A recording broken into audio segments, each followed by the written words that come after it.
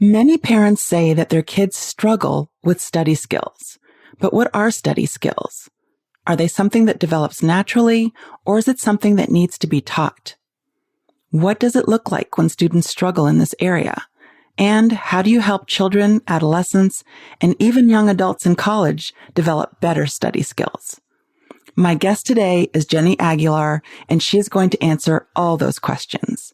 Jenny is a certified educational therapist, an active member of the Association of Educational Therapists, and a member of the Child Nexus professional community. Jenny specializes in supporting students with ADHD and those with math and writing challenges. She is incredible at what she does, and you're about to see why. Millions of kids struggle with learning, processing, and social emotional difficulties. These challenges interfere with their ability to reach their full potential. Dr. Karen Wilson is here to help. Her extensive background in pediatric neuropsychology and higher education have prepared her for this unique mission.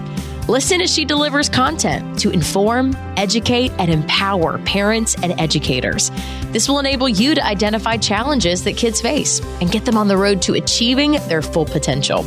This is Diverse Thinking, Different Learning by Child Nexus. Hi, Jenny. Welcome to the podcast. Hi, Karen. I'm so excited to be here. Thank you for having me. Oh, you are so welcome. I'm excited that you're here because I think what we're going to be talking about today is so important to so many of the kids that we work with. So thank you for coming here, and thank you for all that you do to support kids who think and learn differently. Yeah, I'm really excited to talk about this topic, and I admire all the work that you do, and I'm really grateful for being invited. So thank you. Thank you. Well, we're talking about study skills today, and I think it's one of those things where I think parents don't know when their kids need to start developing those skills. Some parents don't even know what is meant by study skills. Sometimes we might mean different things, but it's an area where a lot of kids struggle. When I hand parents those questionnaires in terms of what are their areas of struggle or what areas are their kids struggling in, study skills is a common one. And so I wanted to have you here to talk about that. But, what do we mean by study skills and what are some of those skills? Let's start there. Yeah, you are absolutely right. So oftentimes students are told to study and they don't even know what that word actually means. And sometimes they might have a visceral effect to the word study, right?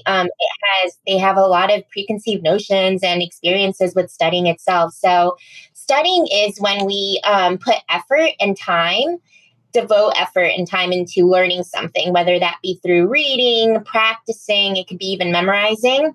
But there are different ways to study. And so what I find to notice is students will passively study, right? So there's a passive way of studying and there's an active way of studying. And so passively studying is the easiest. And so our brain likes easy. And so students are more inclined to study passively. Passive studying is when we're intaking information. Our brain is absorbing the information, right? It is either through rereading, it could be highlighting, watching a video, watching your math teacher do a problem, right? So you're literally just absorbing the information. And we do need some of that passive studying in order to actively study. However, it's also the least effective, right? So active studying is the opposite. So active studying, I always tell students, it's almost like you're wrestling with yourself and pulling the information out of your mind. So you're literally tugging the information and it's going to feel most difficult and it's going to feel like you don't know much. And that's really when your neural connections are strengthening, right? Because that productive struggle is what makes the learning stick. Active studying could be quizzing yourself, where there are various ways. You could be using flashcards, filling in short answers, doing a practice test without looking at your notes, doing a brain dump of all your ideas, right? So that's really that struggle that kids experience. I tell them that's truly when our brain is learning. And I tell them if you're taking it from your brain or your mind out, that's an active way of studying. And that's such a good example because I think some kids, feel like they've read over their notes and it's, okay, I'm done. I studied. But what you're saying is that's a very passive approach. And you probably won't be able to retain the information, understand it, or even apply what you've learned if you're just studying in that passive manner.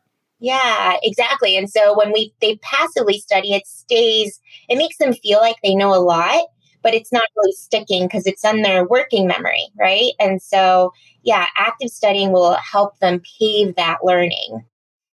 And that change, it seems like studying changes over time. And I have so many questions I want to ask you, but one is in terms of developmentally, when is this appropriate? Because my son, for example, is in second grade.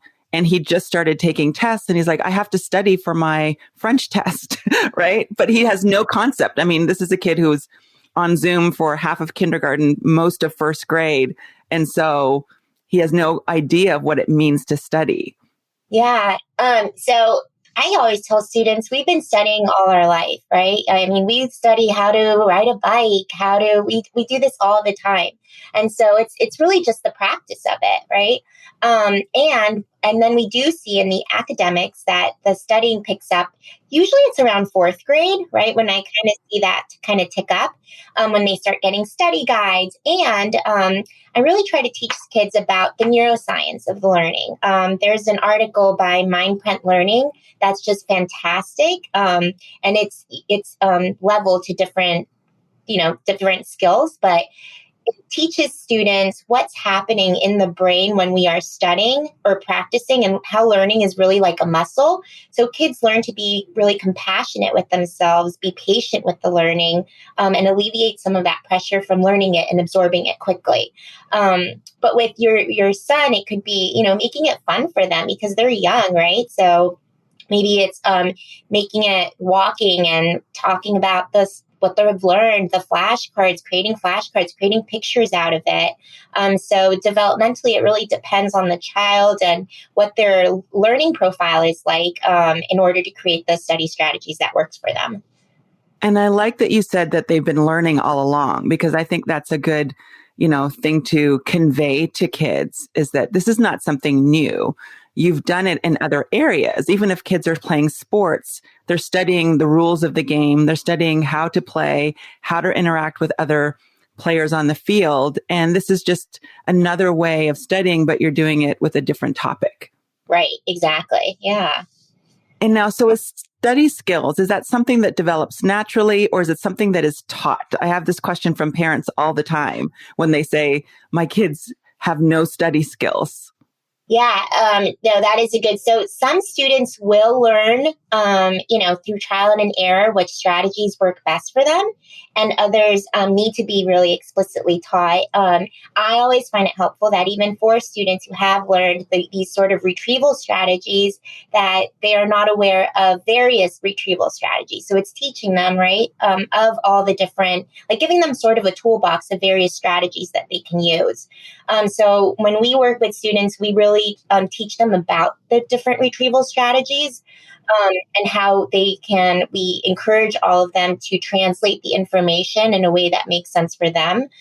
So whether they be middle school or in college, it could be a way using effective note-taking skills, doing summary sentences at the end, creating like graphic organizers of the material, and then doing dual coding of it. We're big fans of dual coding, which is when they take a note and then they draw a picture. It could be as small as an emoji, but that kind of helps them consolidate the learning using various colors, right?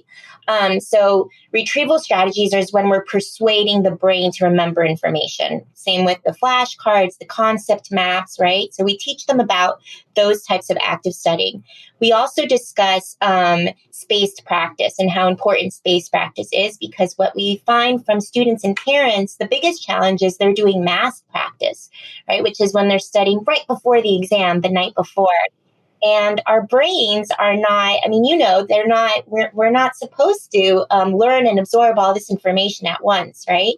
So I always tell students we need to plan to forget what we've learned.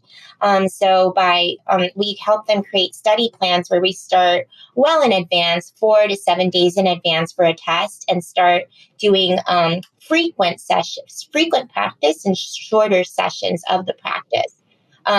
Because when that spaced practice helps our brain, it triggers to the brain, it signals, hey, this information is important and I need to pay more attention to it, right?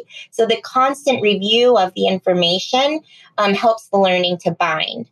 And then we also, so retrieval strategies, we do space practice, interweaving of the material as well. So that, again, that goes with the space practice of the reviewing the old and the new material allows the brain to, it signals this is important, right? So when we're creating these study plans, if, for example, we're studying for a math test and it's on chapter 7, well, in between chapter 7, there are a lot of little lessons, right? So once we've kind of taken stock of the areas that need the most attention, we'll say, okay, you have need more attention with 7.6 and 7.3, and we'll practice those. And in between, we'll also interweave what's already been practiced. So it could be even lessons from chapter 6 or lessons that they feel more comfortable in, but just so that they're not massed practicing the same learning. Right. And it seems that with that space practice, kids are able to, and students, young people are able to identify early on where they are struggling the most. And then they can work on it in subsequent sessions. But if you do that mass practice approach, what you do is you can get overwhelmed when you know that the test is tomorrow and you really have not grasped a good understanding of the information. And now you have to be in bed in a couple hours. And that feeling of being overwhelmed can create anxiety, which we know can impact your ability to think and recall the information you're trying to study. Yeah, exactly. And so, like, how you said, some students will learn this through trial and error. And when it's explicitly taught, it makes sense to them as well. So I think it's great to teach it to all students. This is not something that's necessarily taught in school, right? There's no class dedicated to this. So taking that time to learn, students are just expected to naturally know what it means to study. And some students do need more help, like you were saying, because when you talk about that, spaced approach versus the massed approach, there are students who are chronic procrastinators. Their parents come in and say, my child waits till the last minute to do everything.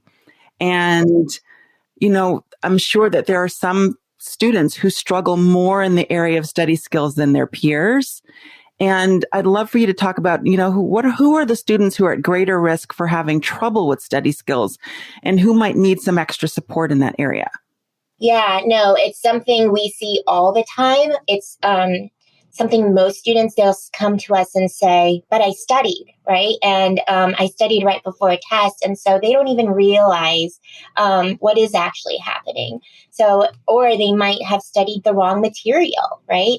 So students who we see are really struggle in these areas are students who have difficulties paying attention or inhibiting distractions, right? So whether that be in the classroom, they didn't hear when the test date was going to be, what was going to be on the test. Oftentimes they don't know what format it's going to be given in. It's really important for students to know the format. I always tell them how we practice is how we play the game. So we want to prime the brain to be practicing in the same way that the test will be given in. And then also students who have slow processing speed, right? We need to plan for a little bit more time for studying. Students who have anxiety, right? Alleviating some of that anxiety, bringing their emotions down and so that their thinking part of the brain can manage well. Students who have trouble with time management. Again, it's that chunking, that shorter sessions, spaced practice, frequent review that they need support with. Students who are disorganized, right? They don't even know the resources that they have. Sometimes they'll come to me and they'll say, I don't have anything. I only have a study guide. And so then we'll go online or go through their backpack and we'll pull out all the resources that's been given to them, right? So yes, or students who lose the resources sometimes. So there's a lot of challenges that students face that we need to be cognizant of and take aim with those in those areas so that they get the support and understand where their challenge areas are so they're more aware of it. And based on what you're saying with, those examples that you gave, problems with organization, problems with time management, those are kids who struggle with executive functioning. And it seems that those kids are at greater risk for having difficulty with study skills because you gave the example of getting the study guide, but not knowing what to do with it, how to organize the information. What is your approach? A lot of those students even have struggles with just getting started on the task, and just having a study guide in and of itself can seem very overwhelming because they don't know what to do with it. They don't have a plan. They don't know how to approach. They don't know the difference between, pacing their studying versus a massed approach. And they seem like they would be in most need of support in this regard. Absolutely. Yes. And oftentimes they're well-intentioned, right? They want to do well, and it's important for them to do well, and they're being challenged by it. And so it's really recognizing their efforts and acknowledging and championing every intention that they put into it, and also giving them the support that they need. So we create a study plan for them, and underneath the study plan, we'll have a menu of tools, like a menu of study strategies that they can select from. And so we take stock of what they know, what they don't know, what they need more help with. And then that's when we kind of start chunking out their study intervals, right? And in between, also embed breaks in. So big fans of the Pomodoro technique, studying in 20 to 5 minute with 5 minute breaks, and also discussing what's going to be the break in here so that they're not left wondering or spending more time figuring out what they will do on their break, or choose a break that's maybe not as wise, like, a time sucker break, like their phone to get on, right? And so once we create that, and this really motivates them because it gives them choice, right? They get to choose the strategies that they will be using. And once they, teaching them and taking stock of what they know and what they don't know helps them to see, okay, this is where I need to take aim and be more attentive with, right? This is what I need to dedicate more of my studying time with. Oftentimes, students with poor study skills, we see that they're studying material that they already know because it feels good, right? And their brain likes easy. So it's really helping them be aware that, while that is important, we should review what you know. It's more important to review what we don't know and really learn that.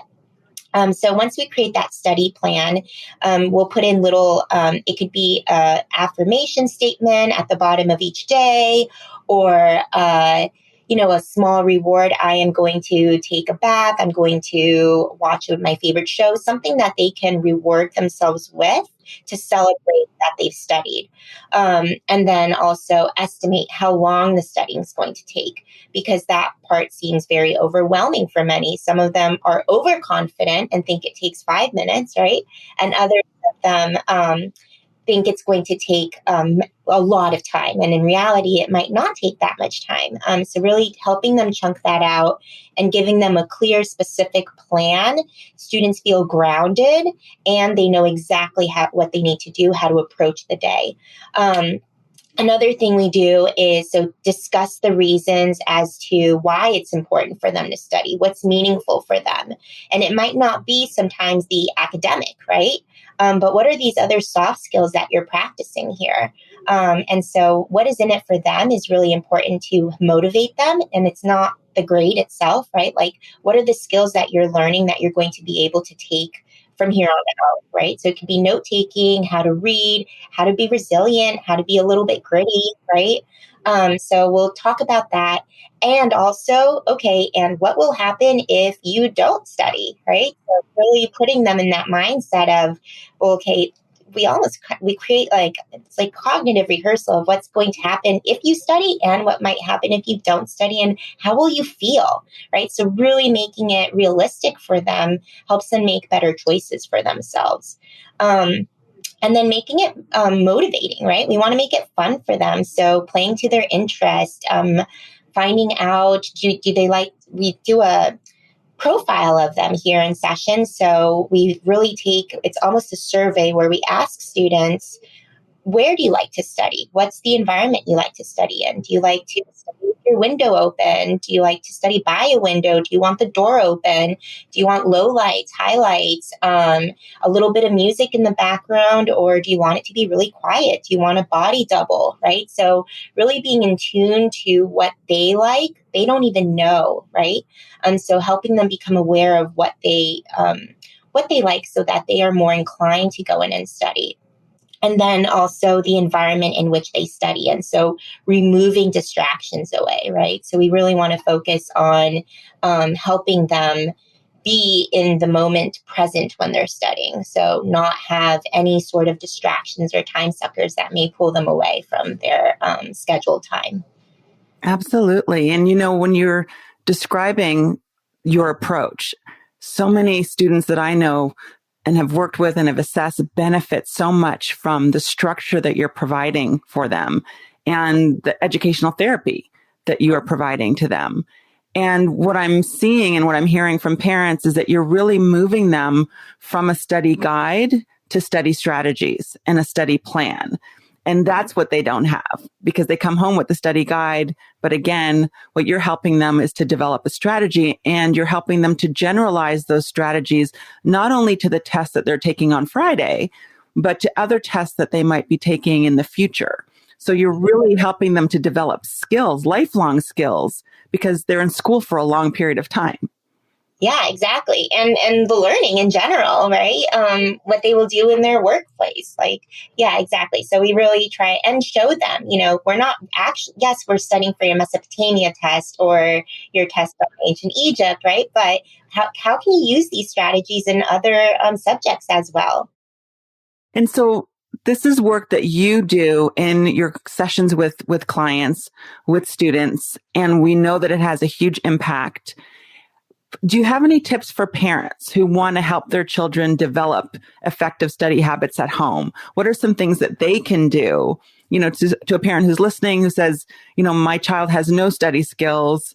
I want to be able to support them in some way. What are some things that parents can do to support their kids? Yeah, I always tell parents really highlighting any intention that we see them do, right? Their students want to do well. They want to perform well. They want to do well in school and make their parents proud all the time, right? And so, but what I tell parents is let's not focus on the outcome. Let's focus more on the process and highlight that for them. Help them maybe create a study plan, right? Maybe they do just need a body double. You just being there next to them. That alone, I see that helps a lot of our students out a lot. Giving them choice. How are they going to study? And also practicing with them, being there, showing them, hey, I'm here to support you, right? And I'm also confident that you can do this on your own. So instilling confidence in them is really important, and giving them choice on what and how they will study. And that choice and giving them choice motivates students more, right? Because they get to take ownership over what's happening next. And when you talk about process, it's so important for parents to also reward students for working through that process. I see you working really hard. I know that this is tough for you. So validating their experience. I know that you feel more comfortable with the information you already know, but you still have to study the rest of this as well, and encourage them. I know you can do this. That is so important as well in facilitating that process. Yeah. And noticing when they need a break, right? That's really important. Absolutely.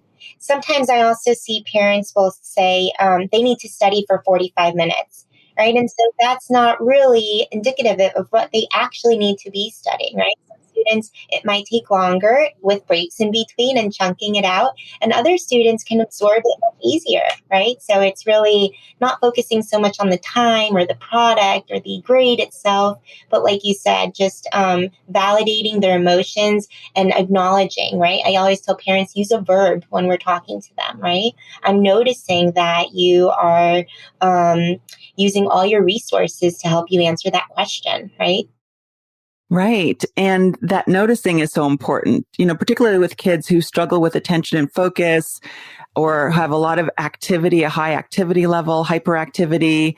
I'm noticing you're having a hard time sitting still. Maybe this might be a good time to go outside and shoot some baskets, or let's go and do some yoga poses for a little while and then come back to the material. But I think that some parents get stuck on how much time their kids are supposed to spend on homework, because you get information from teachers saying they have 30 minutes of homework today, or they have 45 minutes, like you said, of homework today. And what you're saying is that it doesn't have to be done at the same time.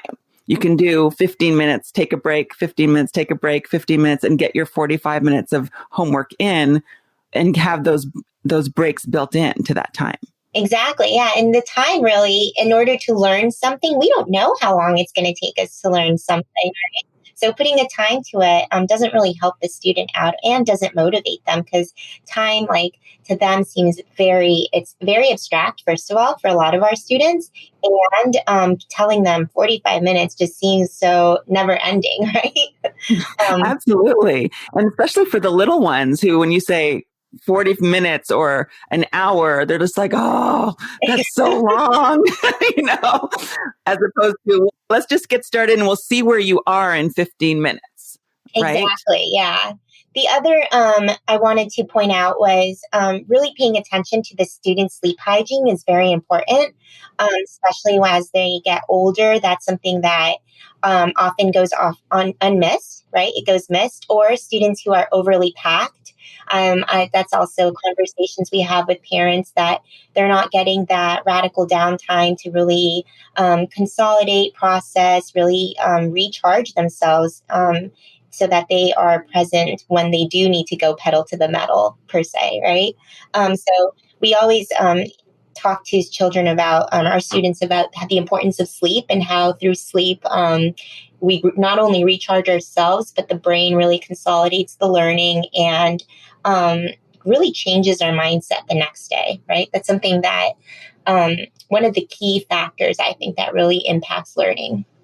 That's so important. I love that you mentioned sleep, because earlier on you mentioned retrieval strategies, but you have to first get it in your brain and encode it before you can retrieve the information. And sleep is essential for that information, like you said, getting consolidated into their brains. And so they can have the greatest study skills and be, practicing these active strategies. But then if they're getting 5-6 hours sleep at night, they're not going to encode what it is that they've learned. Yeah. And so we tell students, sometimes they'll even say, I'm sleeping 6 hours, right? And oh my goodness. Shows, you're chronically sleep deprived if you sleep 6 hours 2 weeks in a row. And so you're really functioning like, I tell them, you're functioning like someone who actually is intoxicated, right? And at that point, your self-awareness is so low, you don't even realize it. Right? Absolutely. Absolutely. And when you talk about that confidence, they can be overconfident that they've studied because they spent this time doing the work. And then in the morning, not realize, well, why did this information not get consolidated? They may not use that language, but they might say, why do I not remember that information that I went over last night? And it's because, like you're saying, they got 6 hours of sleep. Yes. And that's really discouraging to them, right? I mean, it would be for anyone. Absolutely. And that's why it's so important to look at all aspects of the learner. It's not about how much time you're spending studying or how you're studying. It's about your overall well-being, making sure that you are physically active, that you're not overscheduled, like you mentioned, that you're getting enough sleep. All of those things are part of the process of developing these study skills. They're important for that process. Yeah. And for us to really function adequately. Exactly. Absolutely. I know how I am when I don't get enough sleep. So I can't even imagine if I'm trying to study for a history exam with little sleep. Now, one of the things you mentioned was the importance of like a study space. Can you talk a little bit about why that's important, and how important is it to have a dedicated space, and what should that space look like? Yeah, the environment in which we do anything is very important, right? So we really, we tell students, we ask them, how do you want to design your environment so it's optimally, right, for you? Students, we want to be in an environment that makes us feel good, right? And for everyone, that's different.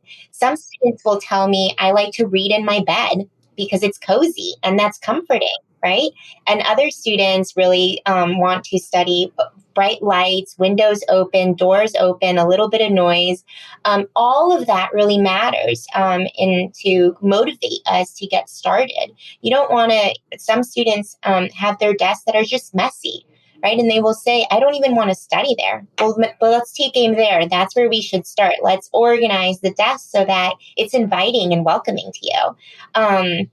I tell them, let's make it fun, right? So for some college students who have a really hard time getting up in the morning and getting themselves to study in the morning, all right, what can we do to make this fun? I can get my favorite coffee and my favorite croissant. Do it. Let's do it.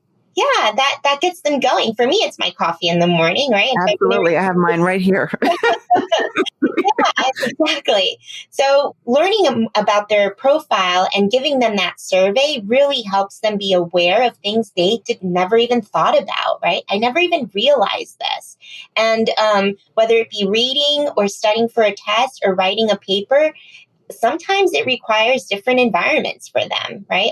Some students want to write their paper on their own, but study with friends. And so really being in tune to what we want to play into their interests so that they are motivated to study, as well as putting away all distractions. Environment, right? So if it's in sight, it's likely going to distract us, right? So if it's out of sight, it's out of mind. So again, scanning the environment is something we talk about. Let's scan the environment to see what are the distractions that we're seeing around us. And let's make wiser choices. What are you going to do with them? If we tell students what to do, they will only do it when they're being watched, right? But if we ask them what they will do and they make that choice, they will do this when no one is watching. It becomes them, right? So it's always posing questions back at students and telling them, may I offer a suggestion? Can I tell you a little bit about what the research says? Once they accept that, then we can share with them what we know and why this works, right? And they're more inclined to take it. And sometimes, truthfully, we just let it land. We don't even need to really accept it. And eventually they start doing it on their own. And I think that you could say that 3 or 4 times, because I think that's so important in terms of the experience that many parents have with their kids and the experience that a lot of students have in terms of, first, their environment is going to be different depending on what their needs are. You talked about studying in the bed, studying in their room. You also mentioned before that some kids need a parent beside them to get their work done, to stay motivated, to stay focused. And sometimes that might be the kitchen or the dining room table. And it's also like one of the things you said was about being flexible, that for maybe reading, being on the bed is fine. But if you really have to study for a history test, you might need to be sitting at a desk, right? And so all of those things are so important in terms of making sure that your child has the specific things that he or she needs in order to be successful with, developing these study skills and studying for, tests or exams that they're taking. Exactly. And knowing that about themselves helps them plan for it, right? And when they see themselves in that environment, they are much more likely to do it, right? And so, yes, like you said, just helping them be aware of these because they are often not aware and so don't even recognize these patterns.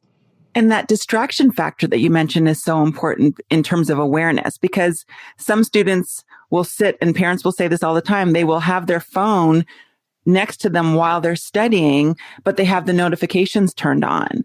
And every time that phone beeps or the light or buzzes, even if they have the volume turned off, they will direct their attention to the notification. They might check to see who texted them, check to see what someone just posted, and that is distracting. And then there might not be an awareness that it is distracting or that it's taking them away from what it is that they're supposed to be doing, supposed to be studying. And now they have to go back to what they were doing, regroup, and that takes time and interferes with the study process. 100%. Yeah. And the phone is something big that I think the phones, I always tell them, are not going away. They're just something we need to learn to live with, right?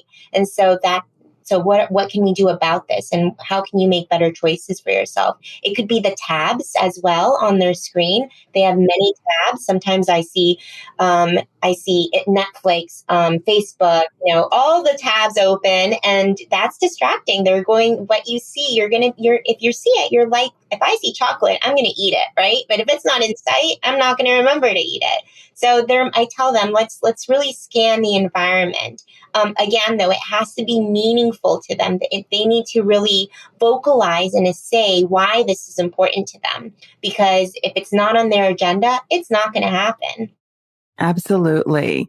Jenny, there's so many amazing gems in what you've shared today. And I know that parents are going to want to get in touch with you. What is the best way for them to do that? If they have a child at home who needs help with study skills, or they want to reach out to you to learn more, what is the best way for them to reach you? Yeah, I'd love to be of support to our families. They can reach me at my email, jenny@wethrivelearning.com, and visit our website, wethrivelearning.com. There's a place there and we can schedule a chat, and I'd be happy to support. Wonderful. And I will make sure to put those links in the show notes. Thank you so much for being here. This is such important work. It helps so many of the kids that we see. And I appreciate you and thank you for all that you do. Karen, thank you so much for having me. I was so nervous to come on, and this was so pleasant. Thank you. If you enjoyed this episode, please let me know. Send me an email at drkiwilson@childnexus.com. And if you really enjoyed this episode, please leave a review. It helps other people who might benefit from this content find us. Thank you so much for listening. Thanks for listening to Diverse Thinking, Different Learning by Child Nexus. For more resources, visit us online at childnexus.com.